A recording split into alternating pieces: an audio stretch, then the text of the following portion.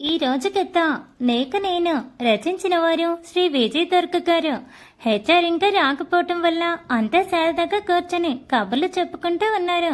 చాలా రోజుల తర్వాత అందరికీ మంచి రిలీఫ్ దొరికింది. హెడ్ వచ్చి న్యూ ప్రాజెక్ట్ సంబంధించిన పేపర్స్ ఇచ్చి ఇవి స్టడీ చేస్తూ ఉండండి, హెచ్ఆర్ వచ్చి మీకు ఇన్స్ట్రక్షన్స్ ఇస్తారని చెప్పారు.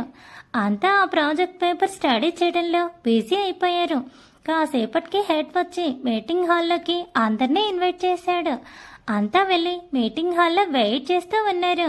హెచ్ఆర్ వచ్చి న్యూ ప్రాజెక్ట్కి సంబంధించిన అంతా ఎక్స్ప్లెయిన్ చేసి ఆ ప్రాజెక్ట్కి టీమ్ లీడర్స్గా సాన్వి ఆశ్రిత్ని సెలెక్ట్ చేశారు. HR, okay Sanvi and Ashrith, ఈ ప్రాజెక్ట్ మీ చేతుల్లో పెడుతున్నాను. మంచి రిజల్ట్ ఇస్తారని, లాస్ట్ ప్రాజెక్ట్ లానే దేన్ని కూడా సక్సెస్ చేస్తారని ఆశిస్తున్నాను. All the best guys. HR వెళ్ళిపోయాక అంతా హ్యాపీగా సాన్వికి అశ్రిత్కి కాంగ్రాచులేషన్స్ చెప్తారు. టీమ్ లీడర్స్ అయినందుకు సాన్వి అశ్రిత్ కూడా ఒకరికొకరు కాంగ్రాచులేట్ చేసుకున్నారు. అంతా కలిసి మీటింగ్ రూమ్ నుంచి బయటికి వచ్చిన తర్వాత హెడ్ రేపటి నుంచి వర్క్ స్టార్ట్ చేయొచ్చు, ఎంజాయ్ టుడే అని చెప్పి వెళ్ళిపోయాడు. ఇక అంతా ఒక దగ్గరగా గుంపుగా చేరి వర్క్ ఫ్రమ్ హోమ్లో వాళ్ళ పడ్డ కష్టాలు బాధలు ఒకరికొకరు చెప్పుకుంటూ సరదాగా ఎంజాయ్ చేశారు. ఆశ్రిత్ సాన్వితో మాట్లాడాలి అనుకున్న అందరూ ఉండటం వల్ల తనని చూస్తూ ఉన్నాడు. గౌతమ్, సురేష్ ఒక గంట ఆశ్రిత్ని కనిపెడుతూనే ఉన్నారు. లంచ్ టైం అవటంతో అందరూ లంచ్ చేసేసి ఒక 1 అవర్ గడిపి హెడ్తో చెప్పి ఆ రోజు త్వరగా ఇంటికి వెళ్ళిపోయారు. ఇంటికి చేరుకున్న ఆశ్రిత్ ఈ రోజు సాన్వితో చాలా మాట్లాడాలి అనుకున్నాడు, కానీ ఏమీ మాట్లాడలేకపోయాను. తనని చూస్తుంటే ఏమీ మాటలు రావట్లేదు. సరేలే, మళ్ళీ కొత్త ప్రాజెక్ట్ వచ్చిందిగా, ఇద్దరం కలిసిగా చేసేది, ఎప్పుడైనా మాట్లాడచ్చు కదా అనుకుంటూ హాల్లోనే కూర్చున్నాడు. రవలి గారు వచ్చి, ఏంట్రా వచ్చి ఫ్రెష్ అప్ అవ్వకుండా ఇక్కడే కూర్చొని ఉండిపోయావు? ఆశ్రిత్, ఏం లేదమ్మా, ఏదో ఆలోచిస్తూ వచ్చి ఇక్కడే కూర్చున్నాను. 2 మినిట్స్ ఫ్రెష్ అయి వస్తాను. ఫ్రెష్ అయి వచ్చిన ఆశ్రిత్, అమ్మ కొత్త ప్రాజెక్ట్ ఓకే అయింది, టీమ్ లీడర్స్గా నన్ను సాన్విని పెట్టారు, ఇక నుంచి మళ్ళీ ఫుల్ బిజీ. రవలి గారు, ఇంకేం అయితే ఫ్రెండ్స్ ఇద్దరు కలిసి మళ్ళీ వర్క్ చేస్తారు అన్నమాట. ఆశ్రిత్, అవునమ్మా, ఈ ప్రాజెక్ట్ సక్సెస్ఫుల్గా కంప్లీట్ చేస్తే మా ఇద్దరికి మంచి ఫ్యూచర్ ఉంటుంది. రవలి గారు, అంటే ఫ్యూచర్ అంతా సాన్వితో కలిసి వర్క్ చేస్తాను అంటాం. ఆశ్రిత్ అమాయకంగా, అంతే కదమ్మా, ఇద్దరం కలిసే చేస్తాము. రవలి గారు, అంటే ఇద్దరు ఎప్పటికీ కలిసి ఉండాలని అనుకుంటున్నారా? ఆశ్రిత్ అర్థం కాక ఆయమయంగా వాళ్ళ అమ్మ వంక చూశాడు. రవలి గారు, ఏంట్రా అలా అర్థం కానట్టు మొహం అలా పెట్టావు? ఆశ్రిత్, నిజంగానే అర్థం కాలేదమ్మా. రవలి గారు, అదే అర్థమైన రోజు నీకే తెలుస్తుందిలే. నాకు కిచెన్లో పని ఉంది, నేను పోతున్నా. రవలి గారు కిచెన్లోకి వెళ్ళి ఆశ్రిత్ని గమనిస్తూ ఉంటారు. ఆశ్రిత్, అమ్మ ఏంటి అలా అంటుంది?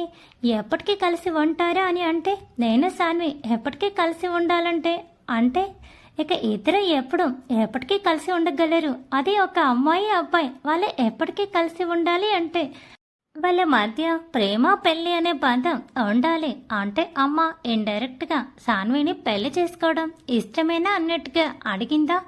ఆశ్రిత్కి రవలి గారి ఆలోచన అర్థం కాగానే ఎగిరి గాంతులు వేసి పిచ్చి పిచ్చిగా ఆనందపడిపోతూ సోఫాలో పడుకుని తనకు ఎవరో చెక్కిలి గింతలు పెడుతున్నట్టుగా మెలకలు తిరిగిపోయాడు.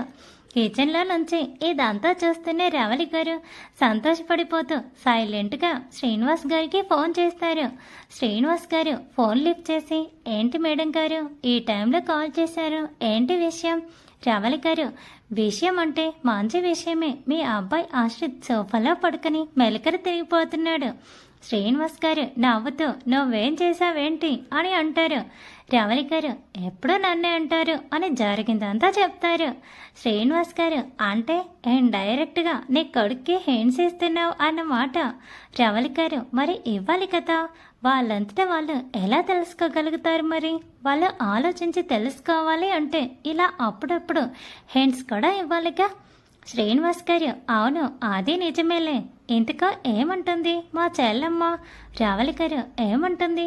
సాన్వి కూడా ఆశ్రిత్ గురించి ఎక్కువగా మాట్లాడటం, తన గురించి చెప్పడం చేస్తుంది అంది. తప్పితే ఇంకా ఏ విషయం బయటికి రాలేదు. తన ప్రయత్నాలు తాను కూడా చేస్తుంది. శ్రీనివాస్ గారు సరిపోయారు, ఇద్దరికి ఇద్దరు.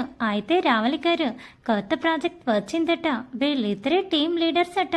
ఇప్పుడు వీళ్ళిద్దరు కలిసి వర్క్ చేస్తారు.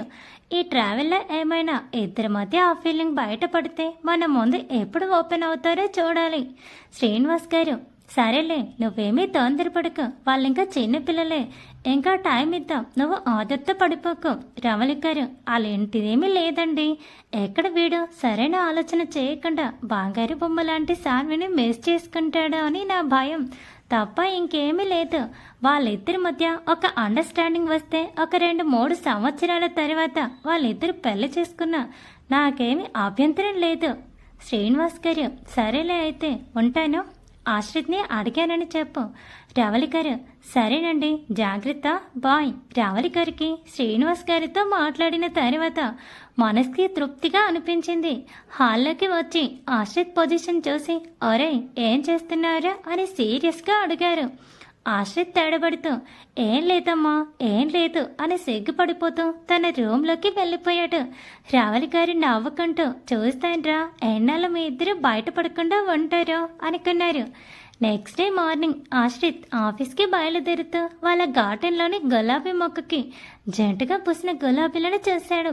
ఆ పూలు శాన్వికి ఇవ్వాలి అనిపించింది, కానీ ఆ పూలు ఎలా పట్టుకెళ్లాలో తనకి అర్థం కాదు. కాసేపు ఆలోచించి గబగబా ఇంట్లోకి వెళ్ళి వాళ్ళ అమ్మాయి ఎక్కడుందో చూసుకుని ఒక ప్లాస్టిక్ బాక్స్ పట్టుకొని వచ్చాడు. ఈ లోపు రావలి గారు ఆశ్రిత్ని చూసి ఏంటి ఇంకా బయలుదేరలేదా, నీ లంచ్ బాక్స్ ఇచ్చేసానుగా, ఇంకా ఏం కావాలి? ఆ బాక్స్ దేనికి? ఆశ్రిత్ కంగారులో ఏం చెప్పాలో అర్థం కాదు బెక్కమొహం వేసుకుని వాళ్ళ అమ్మ వంక చూస్తూ ఉన్నాడు. రావలి గారు ఏంట్రా ఆ బాక్స్ ఎందుకంటుంటే దెక్కలు చూస్తున్నావు? ఆశ్రిత్ అమ్మా, అది ఒక ఎక్స్ట్రా బాక్స్ కావాలి, అందుకే నువ్వు ఏదో పనిలో ఉన్నావు కదా అని నేనే తీసుకోవడానికి వచ్చాను. రావలి గారు ఓహో అలాగా, సరే నాన్న పట్టుకొని వెళ్ళు. ఆశ్రిత్ అమ్మయ్య అని ఊపిరి పీల్చుకొని బయటికి వచ్చేసాడు. ఆశ్రిత్ మనసులో అమ్మ ఏంటి అంత ఈజీగా వదిలేసింది, సర్లే ఏదో ఒకటి అని ఒకసారి ఇంటి వైపు తొంగి చూసి నెమ్మదిగా గార్డెన్లోకి వెళ్ళి ఆ జంట గులాబీ పూలను జాగ్రత్తగా కోసి ఆ బాక్స్లో పెట్టుకుని ఆఫీస్కి బయలుదేరాడు. రావలి గారు ఇదంతా విండో నుంచి చూసి అమ్మ ఆశ్రిత్ చాలా డెవలప్ అయ్యావురా, పువ్వులు ఎక్కడ నలిగిపోతాయో అని బాక్స్లో పెట్టుకుని మరీ తీసుకువెళ్తున్నావా ఆ అమ్మాయి కోసం? చెప్తా నీ పని అని నవ్వుకున్నారు. ఆశ్రిత్ అమ్మయ్య ఎలాగలా సక్సెస్ఫుల్గా పువ్వులు కోసుకుని బయటపడ్డాను. ఇప్పుడు పువ్వులు సాన్వికి ఎలా ఇవ్వాలి అని తను ఏమనుకుంటుందో, పర్వాలేదులే, తను ఏమైనా ఇబ్బంది పడుతున్నట్టు కనిపిస్తే అమ్మ ఇచ్చిందని చెప్పేద్దాం అని ఫుల్గా ప్లాన్తో ఆఫీస్కి బయలుదేరాడు. ఆఫీస్కి వెళ్ళి శాన్వి కోసం వెయిట్ చేస్తూ ఉన్నాడు. శాన్వి ఆఫీస్లో అడుగు పెట్టగానే ఆశ్రిత్ గుండె వేగంగా కట్టుకుంది. శాన్వి సరే ఆశ్రిత్ దగ్గరికి వచ్చి hi Ashrith, good morning. Ashrith hi అంటాడు కాస్త తడబట్టుగా. శాన్వి ఏమైంది Ashrith, are you okay? Ashrith I'm okay. Sanvi మరి ఎందుకంత నర్వస్ ఫీల్ అవుతున్నావు? ఆశ్రిత్ అలా ఏం లేదులే అని బాక్స్ శాన్వి ముందు పెట్టాడు. శాన్వి హ్యాపీగా బాక్స్ తీసుకుని ఓపెన్ చేసి రోజ్ ఫ్లవర్స్ చూసి ఆశ్చర్యంగా ఆశ్రిత్ని చూసింది. ఆశ్రిత్ దిక్కులు చూస్తున్నట్టు ఎక్స్ప్రెషన్ ఇచ్చాడు. శాన్వి సైలెంట్గా గులాబీలను తీసుకుని జడలో పెట్టుకుంది. ఇదంతా దూరం నుండి గమనిస్తున్న గౌతమ్ సురేష్లు అమ్మో ఆశ్రిత్ సామాన్యుడు కాదురా, అమ్మాయి రిజెక్ట్ చేయడానికి వీలు లేకుండా ఎంత అందంగా రోజు ఇచ్చాడు. సురేష్ రోజు కాదురా రోజెస్ అని వాళ్ళ వైపే చూస్తూ ఉన్నారు. గౌతమ్ వీళ్ళ బండి పాఠాలు ఎక్కడం కాదురా, ఆల్రెడీ పరిగెత్తుతుంది, మనమే తెలుసుకోలేకపోయాము. సురేష్ అవునరా, వీడు సైలెంట్ బుద్ధ అవుతారో అనుకున్నాం, కానీ వీడు చాలా డేంజర్ రా, ఎంత సైలెంట్గా అమ్మాయిని పాడేశాడురా. గౌతమ్ అయినా మనం అనుకుంటాం, కానీ అలాంటి వారికే అమ్మాయిలు త్వరగా పడతారురా. సురేష్ అవునరా, అయినా వీళ్ళ స్టోరీ కాస్త డిఫరెంట్ రా, ఒక్క క్షణం వాళ్ళ ఇద్దరి మధ్య ఏదో ఉంది అనిపిస్తుంది, మరి క్షణమా ఇద్దరు ఎవరో తెలీదు అన్నట్టుగా ఉంటారు. గౌతమ్ ఏదేమైనా వీళ్ళని బాగా స్టడీ చేస్తేనే కానీ ఒక నిర్ణయానికి రాలేం, కానీ ఒకటి మాత్రం నిజం, ఏదో ఒక రోజు మాత్రం మనకి పెద్ద షాక్ ఇస్తారు ఇద్దరు కలిసి. సురేష్ సరే, కానీ ఇంతకీ మన క్యాండిడేట్స్ ఏరి ఇంకా రాలేదు, మనం కనీసం వాళ్ళ ఫోన్ నెంబర్ కూడా సంపాదించలేకపోయాం. సరదాగా ఒక మాట మాట్లాడలేకపోయాం. ఎందుకురా మనం పెద్ద ఫ్యాషన్ స్పీడు అనేసుకుంటున్నాం కానీ అబ్బే మనం ఎందుకు పనికిరాంరా గౌతమ్. అందుకేరా నేను రేపటి నుంచి ఆశ్రిత్గా మారిపోతా, వాడినే ఫాలో అవుతా, వాడిలాగే ఉంటా. సురేష్, ఒరే పులిని చూసి నక్క వాత పెట్టుకున్నట్టు నీకెందుకురా, మోసుకొని నువ్వులా ఉండు చాలు. సర్లే పద, వాళ్ళ దగ్గరికి వెళ్తాం. హాయ్ ఆశ్రిత్. హాయ్ సాన్వి. ఆశ్రిత్ ఏంట్రా లేటు? గౌతమ్ ముందుగా వచ్చి మేమేం చేయాలట? ఆశ్రిత్ ఏంటి వీడు తేడాగా మాట్లాడుతున్నాడు, కొంపదీసి పూలు ఇవ్వడం చూసాడా ఏంటి? కొత్త ప్రాజెక్ట్ కదా, త్వరగా వస్తారు అనుకున్నా. సురేష్ వాడేదో పిచ్చి పిచ్చిగా మాట్లాడుతున్నాడు లేరా. హెచ్ఆర్ ఇంకా రాలేదా? హెడ్ కూడా రాలేదా? గౌతమ్, ఒరే నువ్వు టీం లీడర్ అయ్యావని మమ్మల్ని ఎక్కి తొక్కేకిరా బాబు. ఒక్కోసారి అటు ఇటు అయితే కాస్త చూసుకోరా. సురేష్, ఒరే ఎవరిని పట్టుకుని ఏం అడుగుతున్నారా? వాడు వర్క్ లో ఎంత సిన్సియరో నీకు తెలీదా? మోసుకొని వాడు ఏం వర్క్ ఇస్తే ఆ వర్క్ చేయి. డౌట్స్ ఉంటే వాడే చెప్తాడు కానీ వర్క్ లో తేడా వస్తే తోలు తీస్తాడు, జాగ్రత్త. హెడ్ రావడంతో అందరూ అలర్ట్ అవుతారు. హెడ్ సాన్వికి ఆశ్రిత్కి ప్రాజెక్ట్కి సంబంధించిన అన్ని హ్యాండ్ ఓవర్ చేసి ఆల్ ది బెస్ట్ చెప్పి వెళ్ళిపోతాడు. ఆశ్రిత్, సాన్వి ఇంకా టీం అంతా కలిసి ఒక దగ్గరికి కూర్చొని ప్రాజెక్ట్ గురించి డిస్కషన్ స్టార్ట్ చేస్తారు. ఆఫ్టర్నూన్కి డిస్కషన్ ఫైనల్కి వచ్చి ఎవరెవరు ఏ వర్క్ చేయాలి అని వర్క్ డివైడ్ చేస్తారు. ఆశ్రిత్ అబ్బాయిలు అమ్మాయిలు వేరే వేరే టీం కింద డివైడ్ చేస్తాడు. అబ్బాయిలకి వేరే వర్క్, అమ్మాయిలకి వేరే వర్క్ ఇచ్చి ఆ ప్రకారంగా వర్క్ని ఆఫ్టర్ లంచ్ స్టార్ట్ చేయమని చెప్పాడు. ఆశ్రిత్ అమ్మాయిలకి అబ్బాయిలకి వేరే వేరే టీమ్స్ చేసేసరికి గౌతమ్ ఆశ్రిత్ని చంపేసేలా చూస్తాడు. గౌతమ్, దుర్మార్గుడా, నీకు అమ్మాయి సెట్ అయిపోయింది కాబట్టి మమ్మల్ని బేకార్ చేసేశాడు, ఎవరిని వాళ్ళని విడదీసేశాడు. సురేష్, ఒరే వాడికి తెలుసురా లాస్ట్ టైం మన వర్క్ ఎందుకు పెండింగ్ పడిందో, అందుకే తెలియక అమ్మాయిని సైడ్ చేశాడు. నువ్వు ఎక్కువగా వాగకుండా మోసుకో, లేదంటే ఈ మాటలు కానీ విన్నాడంటే వాయి కొడతాడు, జాగ్రత్త. గౌతమ్కి చేసేదేమీ లేక అడుక్కుంటూ ఆశ్రిత్ వైపు చూస్తూ ఉంటాడు. లంచ్ చేసి వచ్చిన తర్వాత ఆశ్రిత్ చెప్పిన ప్రకారం ఎవరికి వాళ్ళు ప్రాజెక్ట్ వర్క్ స్టార్ట్ చేస్తారు. ఈవినింగ్ వరకు వర్క్ బిజీగా అయిపోతారు. అంతా వెళ్ళిపోయిన తర్వాత ఆశ్రిత్, సాన్వి మాత్రం టీం లీడర్స్ అయిన కారణంగా ఫినిషింగ్ వర్క్ చూసుకొని కాస్త లేటుగా బయలుదేరుతారు. సాన్వి స్కూటీ వేరే సైడ్ ఉండటంతో స్కూటీ తీసుకురావడానికి వెళుతుంది. ఆశ్రిత్ సాన్వి కోసం చూస్తూ ఉంటాడు. సాన్వి స్కూటీ తీసుకుని ఆశ్రిత్ దగ్గరికి వచ్చిన తర్వాత, ఆశ్రిత్, సాన్వి మనిద్దరం ఒకటే రోడ్ కదా, 2 బైక్స్ ఎందుకు? ఇద్దరం ఒక బైక్ మీద వస్తే బాగుంటుందేమో, ఎలానో ఒకటే వర్క్, ఇద్దరికి ఒకటే టైం అవుతుంది, ఏమంటా ఉంటాడు. అప్పటికే సాన్వి ఆశ్రిత్ వైపు కోపంగా చూస్తుంది. ఆశ్రిత్ మరీ ఎక్కువగా మాట్లాడేసేనా అనుకుని సైలెంట్ గా బైక్ స్టార్ట్ చేస్తాడు. సాన్వి నవ్వుకుంటూ తన స్కూటర్ స్టార్ట్ చేసి ముందుకు తెస్తుంది. ఎవరి దారిన వాళ్ళ ఇళ్ళకి చేరుకుంటారు. ఆశ్రిత్ చాలా హుషారుగా ఇంట్లోకి వస్తాడు. కానీ తనకు తెలియని విషయం ఏంటంటే రావళి గారు తన కోసం బ్యాండ్ బాజా భరత్ రెడీగా ఉంచారని. ఆశ్రిత్ ఫేస్ అయి విజిల్ వేసుకుంటూ హుషారుగా అమ్మా ఎక్కడున్నావు, అమ్మా ఎక్కడున్నావు అంటూ ఇల్లంతా తిరుగుతాడు. కానీ రావళి గారు ఎక్కడా కనపడరు. అమ్మ ఎక్కడికి వెళ్ళిపోయింది?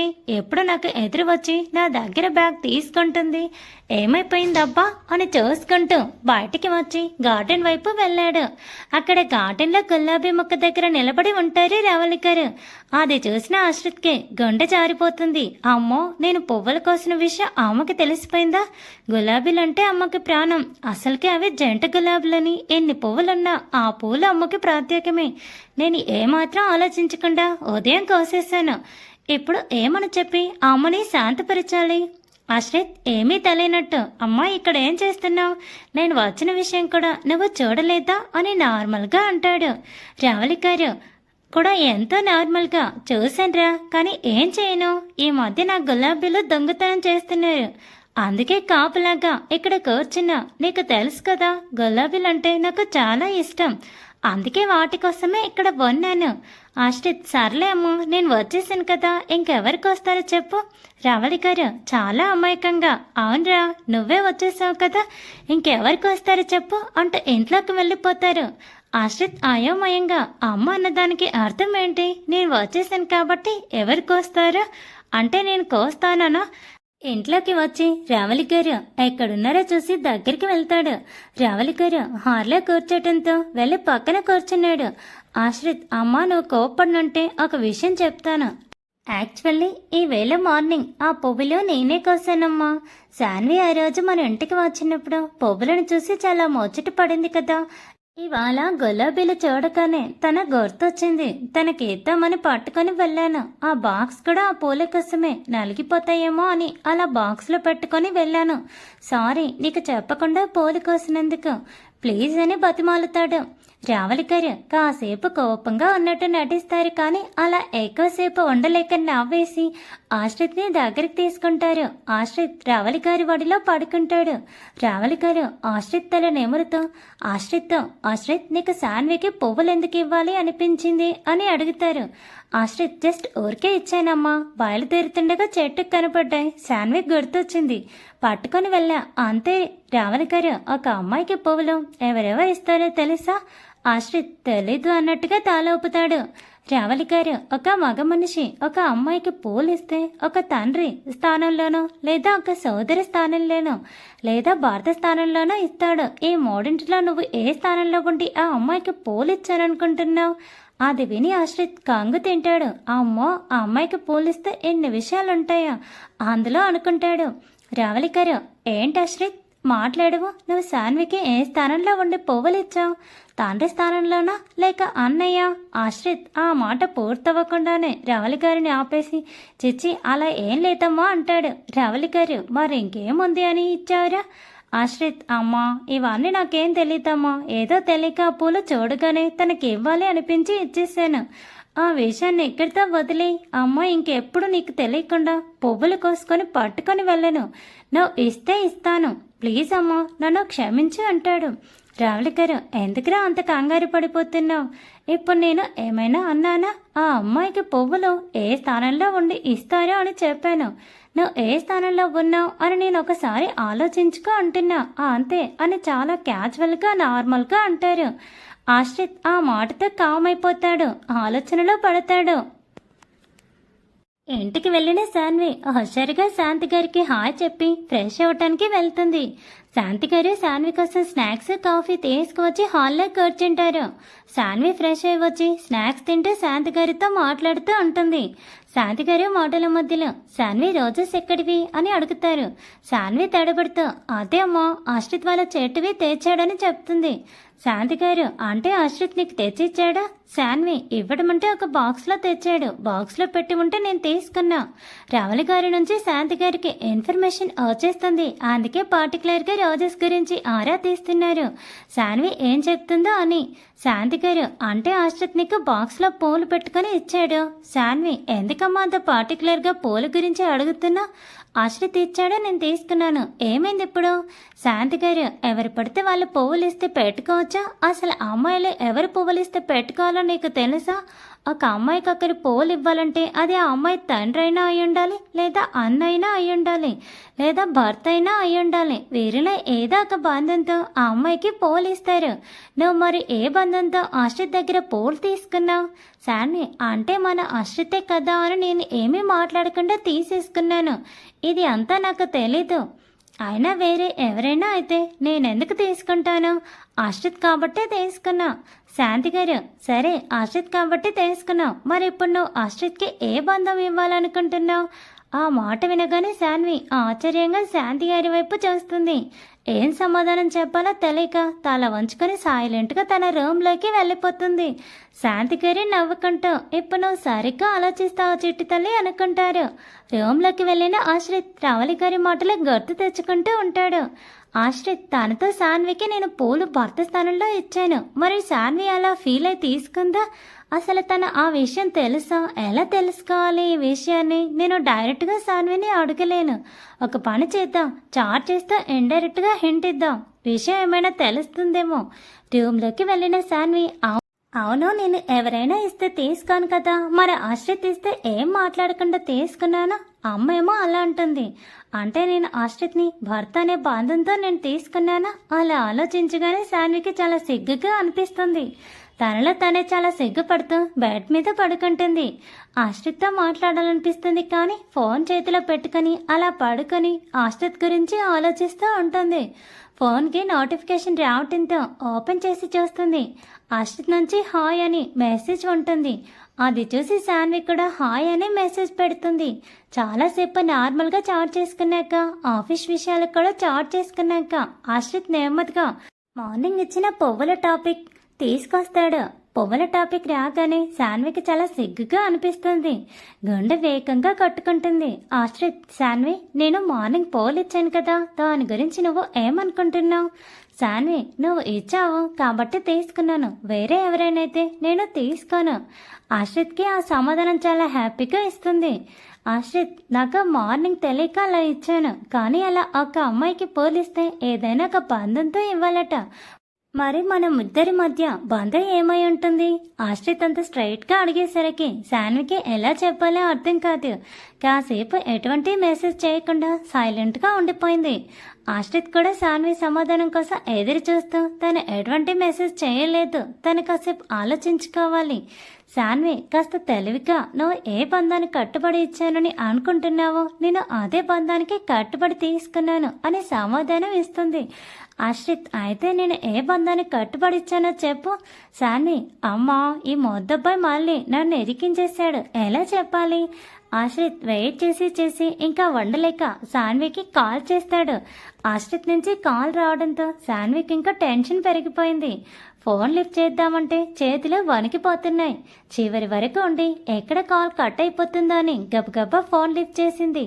ఆశ్రిత్ శాన్వి అలా పిలవగానే శాన్వికి ఆశ్రిత్ ఎన్నోసార్లు తన పేరు పిలిచినా ఈసారి తన పిలుపులో అపారమైన ప్రేమ కనిపిస్తుంది. శాన్వి ఊ అని మాత్రమే బదులిస్తుంది. ఆశ్రిత్ అది అది అని నీళ్ళు నవ్వుతూ ఉంటాడు. ఇంక నా వల్ల కాదు. శాన్వి, నాకు విషయం చెప్పు. నేనైతే నీకు పువ్వులు భర్త స్థానంలో ఉండి ఇచ్చాను. నువ్వు ఎలా ఫీల్ అయినా సరే నేను చెప్పేశాను, ఇక నువ్వే నిర్ణయం తీసుకో. ఆశ్రిత్ అంతా టగటగా చెప్పేటంతో శాన్వికి మైండ్ బ్లాక్ అయిపోతుంది. ఆ షాక్ నుంచి తేరుకోలేక ఏం మాట్లాడకుండా సైలెంట్గా ఉండిపోతుంది. ఆశ్రిత్ ఫోన్లో ఎంత పిలుస్తున్నా పలకదు. తన గుండె వేగం పెరిగి నోటి నుంచి మాట రాదు. అంతలేని సంతోషం తన సొంతమైనట్టుగా ఆ సంతోషం ఎలా ఎక్స్ప్రెస్ చేయాలో కూడా అర్థం కావట్లేదు. ఆశ్రిత్ నిరాశగా ఫోన్ కట్ చేసే టైంకి శాన్వి ఆశ్రిత్ అని పిలుస్తుంది. శాన్వి మాట వినగానే ఆశ్రిత్కి మళ్ళీ ఆశలు చిగురిస్తాయి. ఆశ్రిత్, శాన్వి ఆలోచించుకొని చెప్పు, తొందర ఏమీ లేదు, ఇది జీవితానికి సంబంధించినది. నేనైతే ఒక నిర్ణయానికి వచ్చాను. నిన్ను ఇబ్బంది పెట్టను. నీ నిర్ణయం ఎలాంటిదైనా నేను స్వాగతిస్తాను. నీ సమాధానం కోసం వెయిట్ చేస్తూ ఉంటా. రేపు నిన్ను పిక్ చేసుకోవడానికి మీ ఇంటికి వస్తా.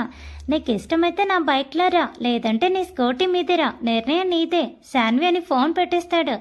ఆశ్రిత్ శాన్వితో మాట్లాడాల్సిందంతా మాట్లాడి ఫోన్ పెట్టడం అయితే పెట్టాడు, కానీ శాన్వి ఏం సమాధానం చెబుతుందో అని టెన్షన్తో రూమంతా తిరిగిస్తూ ఉంటాడు. తనకు గుర్తున్న దేవుళ్ళందరికీ తాళం పెట్టుకుంటాడు. ప్లీజ్ ప్లీజ్ దేవుడా, శాన్వికి ఎలా అయినా ఓకే అనేలాగా చూడు స్వామి అని మొక్కుకుంటూ ఉంటాడు. ఈలోపు ఆశ్రిత్ ఫోన్ మళ్ళీ రింగ్ అవుతుంది. ఆశ్రిత్ ఫోన్ చూసుకొని శాన్వి ఫోన్ చేయడంతో ఆనందంతో ఫోన్ లిఫ్ట్ చేశాడు. ఆశ్రిత్ ఫోన్ లిఫ్ట్ చేసిన శాన్వి కాసేపు సైలెంట్గానే ఉంటుంది. ఆశ్రిత్ కూడా ఏమీ మాట్లాడకుండా సైలెంట్గానే ఉంటాడు. ఫోన్లో ఒకే శ్వాస ఒకరికి తెలుస్తూ ఉంటుంది. కాసేపటికి శాన్వినే ఆశ్రిత్, రేపు కూడా నాకు పూలు తీసుకువస్తావా అని అంటుంది. ఆశ్రిత్ ఆ మాట వెంటనే అర్థం కాకపోయినా అర్థమైన వెంటనే సంతోషంతో తబ్బిబ్బైపోతాడు. శాన్వి కూడా తన మనసులో భారం దిగిపోయినట్టుగా చాలా తేలికగా హాయిగా అనిపిస్తుంది. ఇద్దరూ ఏమీ మాట్లాడకుండా కాసేపు అలానే ఉండిపోతారు. ఆశ్రితే సరే శాన్వి, గుడ్ నైట్, రేపు కలుద్దామని ఫోన్ కట్ చేస్తాడు. శాన్విక్ కూడా ఫోన్ పెట్టేసి ఒక రకమైన ఆనందం మొహంలో తొంగి చూస్తూ ఉండగా రూమ్లో నుంచి బయటికి వస్తుంది. రూమ్లో నుంచి వస్తేనే శాన్వి మొహంలోని ఆనందం చూసి శాంతి గారికి అర్థమవుతుంది శాన్వి ఒక నిర్ణయానికి వచ్చిందని. శాంతి గారు సైలెంట్గా టెర్రస్ పైకి వెళ్ళి రవళి గారికి ఫోన్ చేస్తారు. ఆశ్రిత్ రూమ్లో నుంచి ఎగురుకుంటూ గంతులు వేసుకుంటూ చాలా ఉల్లాసంగా హాల్లోకి వచ్చి కూర్చుంటాడు. రవళి గారు ఆశ్రిత్ని చూసి ఓకే, మన వాడికి ఒక క్లారిటీ వచ్చేసింది అనుకుంటారు. వారికి క్లారిటీ వచ్చింది ఓకే, మరి మా ముందు ఎప్పుడు బయటపడతారో చూడాలి అనుకుంటూ ఉండగా శాంతి గారి నుంచి ఫోన్ వస్తూ ఉంటుంది. రవళి గారు అది చూసి నవ్వుకొని అయితే అక్కడ కూడా క్లారిటీ వచ్చేసిందన్నమాట అని అనుకొని సైలెంట్గా వాళ్ళ బెడ్రూమ్లోకి వెళ్ళి ఫోన్ లిఫ్ట్ చేసి మాట్లాడతారు. రవళి గారు ఏంటి వదిన, ఏమంటుంది మా కోడలు అని అంటారు. శాంతి గారు నువ్వే చెప్పాలి వదిన, మా అల్లుడు ఏమంటున్నాడు అని అంటారు. ఇద్దరు నవ్వుకుంటూ ఒకరికొకరు జరిగిందంతా చెప్పుకుంటూ ఉంటారు. రావులి గారు, చూద్దాం వదిన, రేపు వీళ్ళిద్దరూ ఏం డిసైడ్ అవుతారో, మన ముందు ఎప్పుడు బయటపడతారో వెయిట్ చేద్దాం. శాంతి గారు, అవును వదిన, మనం వెయిట్ చేయటం తప్ప చేసేదేమీ లేదు. అయినా మన పిల్లలు మనల్ని అంతగా వెయిట్ చేయనివ్వర్లే. రావులి గారు, నేను అదే అనుకుంటున్నాను. వదిన, సరే ఇక వంటను, బాయ్. ఆశ్రిత్, సాన్వి ఒకరి గురించి ఒకరు ఆలోచిస్తూ ఆ రాత్రి గడిపేస్తారు. ఎప్పుడు తెల్లవారుతుందో అని చాలా ఆతృతగా ఎదురు చూస్తూ ఉంటారు. ఆ రాత్రి చాలా నెమ్మదిగా గడిచి మొత్తం మీద తెల్లారింది. ఆ రోజు ఆశ్రిత్ త్వరగా రెడీ అయి అద్దె ముందు తన డ్రెస్ని సర్దుకుంటూ తలని దువ్వుకుంటూ తనని తాను చూసుకుంటూ ఉంటాడు. హుషారుగా బయటకు వచ్చి కిచెన్లో ఉన్న రావులి దగ్గరికి వెళ్ళి వెనక నుంచి భుజాలు పట్టుకుని, అమ్మ ఏం టిఫిన్ చేశావు అని అడుగుతాడు. రావులి గారు, ఆశ్రిత్ హుషారు అర్థమైనా ఏమీ తెలియనట్టుగానే నార్మల్గా మాట్లాడతారు. ఆశ్రిత్ నెమ్మదిగా, అమ్మ నువ్వు ఏమీ అనుకోకపోతే ఇవాళ మళ్ళీ ఇంకొక పువ్వు కోసుకుంటాను అని అడుగుతాడు. రావులి గారి నవ్వి, సరే కోసుకోపో అంటారు. ఆశ్రిత్ హ్యాపీగా గార్డెన్లోకి వెళ్ళి పూల మొక్కలన్నీ ఒకసారి చూసి అందులో ఒక పువ్వుని ఎంచుకొని దాన్ని జాగ్రత్తగా కోసి తెచ్చుకుంటాడు. ఆశ్రిత్ రావులి గారి దగ్గరికి వచ్చి, అమ్మ ఇవాళ కొంచెం త్వరగా లంచ్ బాక్స్ ఇవ్వవా, నేను కొంచెం త్వరగా వెళ్ళాలి అంటాడు. రావులి గారు, సరే అయితే వెయిట్ చేయి, నీకు త్వరగా ఇస్తా అంటారు. ఆశ్రిత్ హాల్లో బ్రేక్ఫాస్ట్ చేస్తూ ఉంటాడు. రావులి గారు లంచ్ బాక్స్ తీసుకువచ్చి ఆశ్రిత్కి ఇచ్చి, ఎందుకురా ఈవేళ త్వరగా వెళ్ళాలి అనుకుంటున్నావు అని అడుగుతారు. ఆశ్రిత్ చిన్నగా బ్లష్ అవుతూ, ఆ విషయం నీకు ఈవినింగ్ చెప్తానమ్మా అంటాడు. రావులి గారు నవ్వుతూ, సరే అయితే జాగ్రత్తగా వెళ్ళు, నువ్వు అనుకున్న పని సక్సెస్ అవుతుందిలే అంటారు. ఆశ్రిత్ వాళ్ళ అమ్మ దీవెనలతో హ్యాపీగా సాన్వి వాళ్ళ ఇంటికి బయలుదేరుతాడు. సాన్వి ఇంటి దగ్గరికి వెళ్ళి సాన్వికి కాల్ చేస్తాడు. సాన్వి అప్పటికే రెడీ అయిపోయి ఉంటుంది. కాల్ రావటంతో కాల్ లిఫ్ట్ చేసి చెప్పు అంటుంది. ఆశ్రిత్, నేను వచ్చేసాను, నువ్వు బయటికి వచ్చేసాయి, ఇప్పుడు నేను లోపలికి వస్తే బాగోదు. సాన్వి, సరే ఆశ్రిత్ వచ్చేస్తున్నా, 2 minutes. ఈ రోజు సాన్వి లేత గులాబీ రంగు అనార్కలి డ్రెస్ వేసుకొని నుదుటిన చిన్న రెడ్ కలర్ స్టిక్కర్ పెట్టుకుని దాని కింద కుంకుమ పెట్టుకుని చూడగానే ముద్దు వచ్చేలా తయారైంది.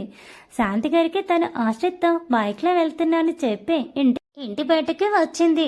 శాన్వి కోసమే ఆతృతగా ఎదురు చూస్తున్న ఆశ్రిత్కి శాన్విని ఆ లేత గులాబీ రంగు డ్రెస్లో చూసి గులాబీ నడిచి వస్తుందా అన్నట్టుగా అనిపించింది. తాననే చూస్తున్న ఆశ్రిత్ చూపులకి శాన్వి బుగ్గలు సిగ్గుతో కెంపులయ్యాయి. సిగ్గుపడుతూ ఆశ్రిత్ దగ్గరికి వచ్చి నిలబడింది. ఆశ్రిత్ సాన్విని తాను తీరా చూసుకుని తన ఇబ్బంది పడుతుందని గమనించి నార్మల్ అయి బైక్ ఎక్క సాన్వి ఆఫీస్కి లేట్ అవుతుంది అని నార్మల్గా మాట్లాడి బైక్ స్టార్ట్ చేసి ముందుకు పోనిస్తాడు. తన వెనకే సిగ్గుపడుతూ కూర్చొని ఉన్న సాన్విని బైక్ మిర్రర్లో చూసి ఆశ్రిత్కి మనసు ఉరకలు వేస్తుంది. ఆ ఆనందాన్ని ఎవరికి ఎలా చెప్పాలో ఎవరికి చూపించాలో అర్థం కాని పరిస్థితిలో ఉంటాడు. ఆఫీస్కి వెళ్లే దారిలో ఒక గుడి దగ్గర బండి ఆపుతాడు. ఆశ్రిత్ బండి ఆపడంతో స్పృహలోకి వచ్చింది సాన్వి. అంతవరకు తను తెలియని లోకల్లా విహరిస్తుంది. ఆశ్రిత్ అక్కడ బైక్ ఎందుకు ఆపాడో తనకి అర్థం కాలేదు. ఆఫీస్కి లేట్ అయిపోతుందని ఇక్కడ ఆపాడేంటో అని చూస్తుంది.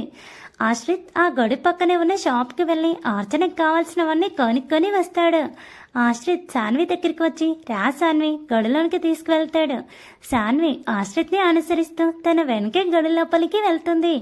ఆశ్రిత్ గుడిలో దేవుని అర్చనకి తను తెచ్చినవి పూజారికిచ్చి మనస్ఫూర్తిగా దేవుడికి నమస్కారం చేసుకుంటాడు. పూజారి గారు అర్చన చేసి వస్తుండగా ఆశ్రిత్ తను తెచ్చిన పువ్వును సాన్వికి ఇస్తాడు.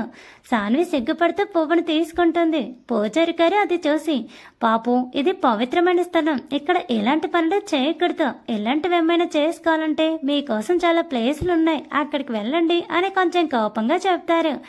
ఆశ్రిత్ శాంతంగా, అయ్యో పూజారి గారు, మీరు తప్పుగా అనుకుంటున్నారు, ఈ అమ్మాయి నా భార్యగా అనుకుంటున్నాను, అందుకే దేవుడి సమక్షంలో పువ్వు ఇచ్చాను, మా పెద్దలకి చెప్పి త్వరలోనే వివాహం చేసుకుంటామని చెప్తాడు. ఆ మాటలకి పూజారి గారి సంతృప్తి పడి, సంతోషం నాయనా, శీఘ్రమేవో కళ్యాణ ప్రాప్తిరస్తూ, కలకాలం పిల్ల పాపలతో సంతోషంగా వర్తిల్లండని ఇద్దరిని దీవిస్తారు పంతులు గారు. అలా దీవించేసరికి సాన్వికి ఆశ్రిత్కి చాలా ఆనందంగా అనిపిస్తుంది. ఇద్దరు కలిసి పంతులు గారి కాళ్ళకి నమస్కరిస్తారు. పంతులు గారు సంతోషంగా ఇద్దరిని పైకి లేమని చెప్పి, ఈ రోజుల్లో ఇక్కడ మీ అంత చక్కగా పద్ధతిగా ఉండే పిల్లలు ఉన్నారు అంటే నమ్మలేకపోతున్నా, చాలా పద్ధతిగా ఉన్నారు, మీకు అంతా మంచి జరుగుతుందని చెప్పి ప్రసాద ఇద్దరు చేతుల్లో పెట్టి ఆయన లోపలికి వెళ్ళిపోతారు. ఆశ్రిత్ సాన్వి గడిలోనే ఒక పక్కగా కూర్చొని ప్రసాదం తింటారు.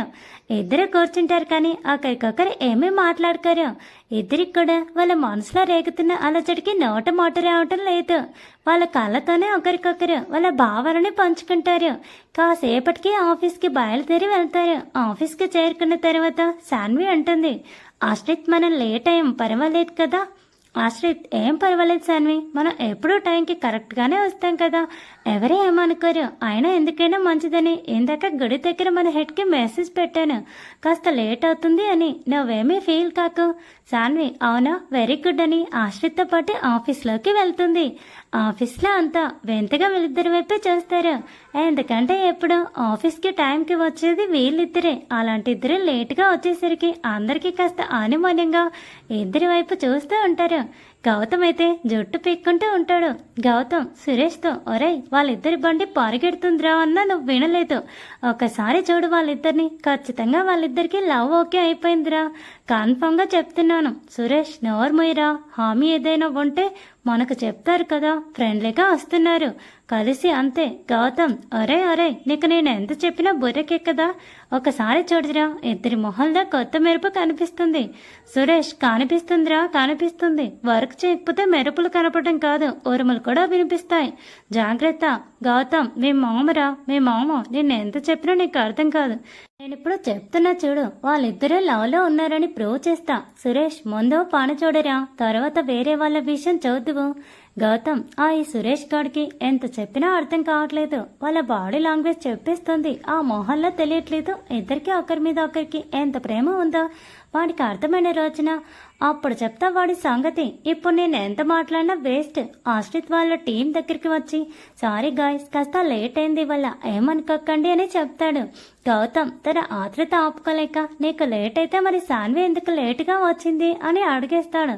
దానికి ఆశ్రిత్ చాలా కూల్గా, ఇద్దరము కలిసే వచ్చాం కాబట్టి ఇద్దరికి లేట్ అయింది అంటాడు. గౌతమ్ మొదట ఏం విన్నాడో అర్థం కాలేదు. అర్థమైన వెంటనే ఆశ్రిత్ సాన్వి వంక వెర్రి చూపులు చూస్తాడు. ఆశ్రిత్ గౌతమ్ దగ్గరికి వచ్చి నెత్తి మీద మొట్టి, ముందు వర్క్ చూడరా, మేము లేటుగా వచ్చిన సంగతి తర్వాత చూద్దాం. ఈవేళ నేను ఇచ్చిన వర్క్ కంప్లీట్ చేయకపోతే నా చేతిలో ఉంటది నీకు, ముందు ఆ పని చూడు అని లైట్గా నవ్వుతూ వార్నింగ్ ఇచ్చి తన వర్క్ ప్లేస్కి వెళ్ళిపోతాడు. వర్క్ చేస్తున్నంతసేపు ధ్యాస అంతా వర్క్ మీదే కాన్సన్ట్రేట్ చేస్తారు. సాన్వి, ఆశ్రిత్ గౌతమ్ మధ్యలో తన పని ఆపి మరి సాన్వి ఆశ్రిత్లను గమనిస్తూ ఉంటాడు. కానీ వాళ్ళిద్దరు ఫుల్ కాన్సన్ట్రేషన్తో వర్క్ చేస్తూ కనిపిస్తారు. గౌతమ్ తనలో తానే, వీళ్ళిద్దరు నేను తప్పుగా అనుకుంటున్నానేమో, లేదంటే వాళ్ళ లవ్లో ఉంటే అంత దగ్గరగా ఉన్నందుకు కనీసం ఒకసారి కాకపోతే ఒకసారైనా ఒకరికొకరు చూసుకోవటము లేదా ఒక చెలిపి పని చేసుకోవటమో చేస్తారు కదా. ఇద్దరు చాలా సిన్సియర్గా వర్క్ చేసుకుంటున్నారు. నేనే తప్పుగా అనుకుంటానని అనుకుంటాడు. లంచ్ టైం వరకు అంత సీరియస్గా వర్క్ చేసుకుంటారు. లంచ్ టైంలో అంతా డైనింగ్ టేబుల్కి వెళ్తారు. ఆశ్రిత్, సాన్వి ఒక దగ్గర కూర్చుంటారు. సాన్వి చాలా ప్రేమగా ఆశ్రిత్కి తన బాక్స్లో ఫుడ్ షేర్ చేయటం, ఆశ్రిత్ తన బాక్స్లో ఫుడ్ సాన్వికి షేర్ చేయటం దూరం నుంచి గౌతమ్ గమనిస్తాడు. గౌతమ్కి మళ్ళీ అనుమానం మొదలవుతుంది. లేదు, సందేహం లేదు, వీళ్ళిద్దరు ఖచ్చితంగా ఉంది, ఇది ఫిక్స్. సుధా, లలిత కూడా ఈ విషయం గమనిస్తారు.